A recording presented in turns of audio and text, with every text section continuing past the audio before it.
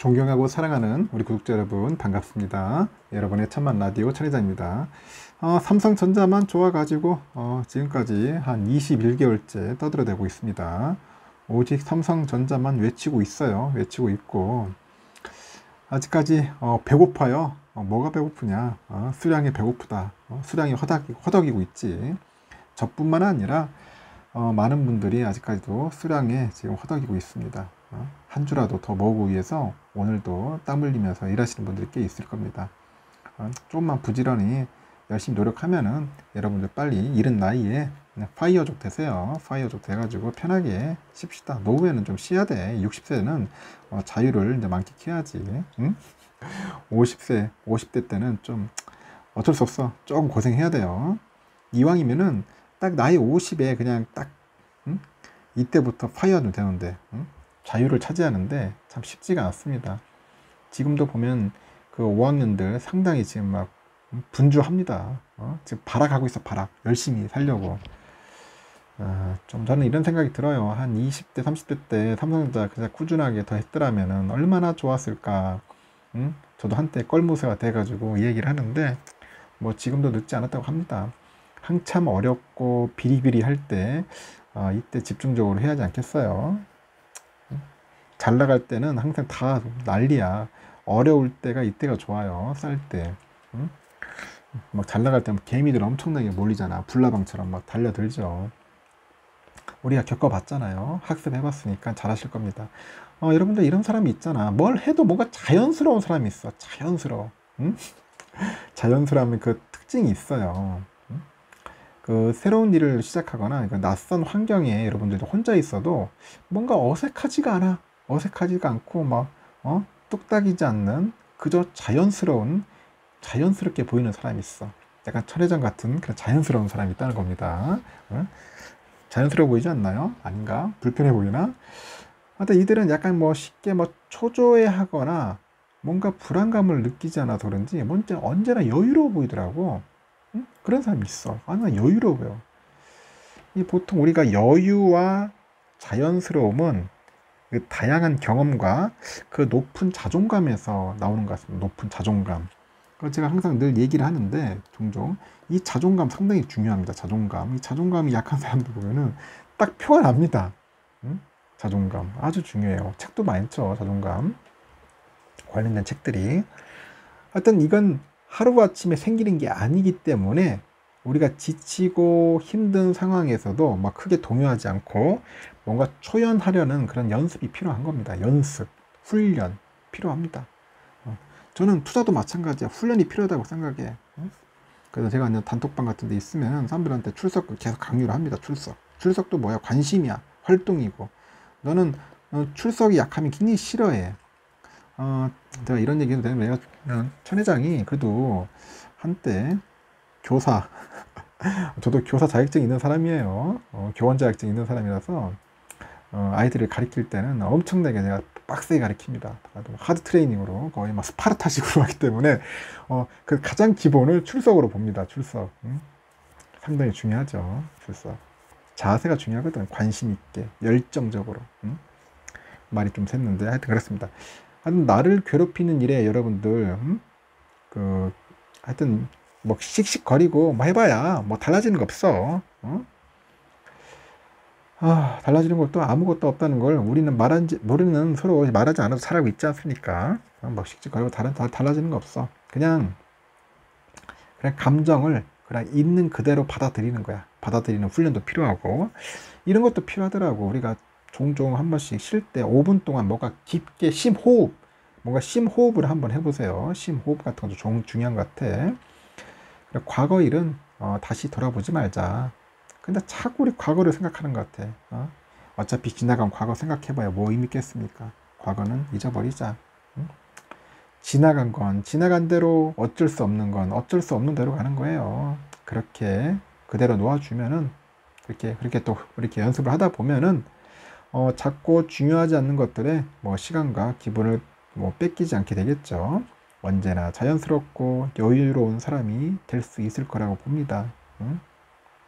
하여튼 여러분 그 힘든 일이 있어도 초연하고 그런 자연스러운 사람이 되고 싶죠. 한번 노력해 보세요. 될 겁니다. 충분히.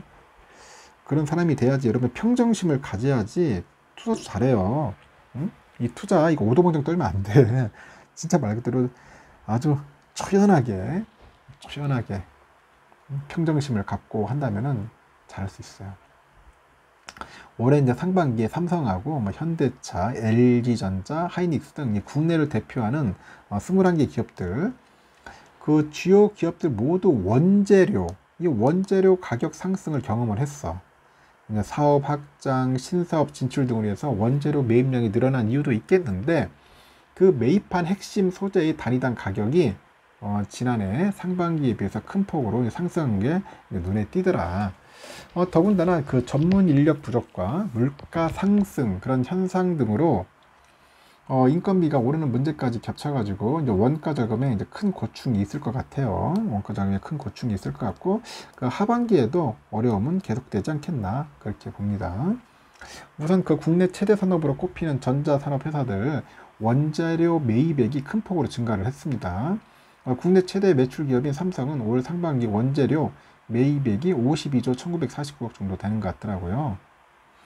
지난해 상반기 그 41조 3,700억 정도 되는데 한 26%나 증가했어. 원재료 매입이 26% 증가했더라. 자회사 있죠. 삼성 디스플레이 역시 5조 8,350억 정도 전년 동기 대비 한 11.6% 늘어났다고 하네요.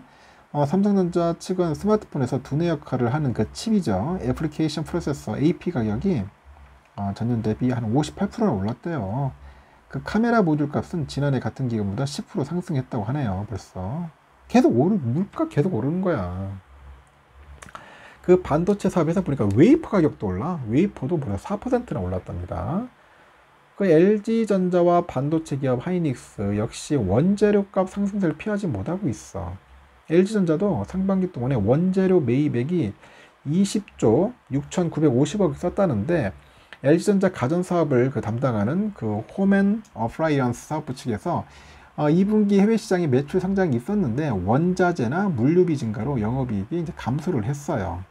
그리고 완성차 업체들의 원재료 매입액 증가 역시 두드러졌고, 현대차 매입액은 34조 7,300억 정도 되는 것 같아요. 기아는 32억 2,600억 정도 되는 것 같고, 전년 대비 각각 13.3%, 한 16.2% 정도 늘어난 것 같아요. 특히 양사가 공개한 알루미늄과 구리의 톤당 가격이 크게 올랐습니다.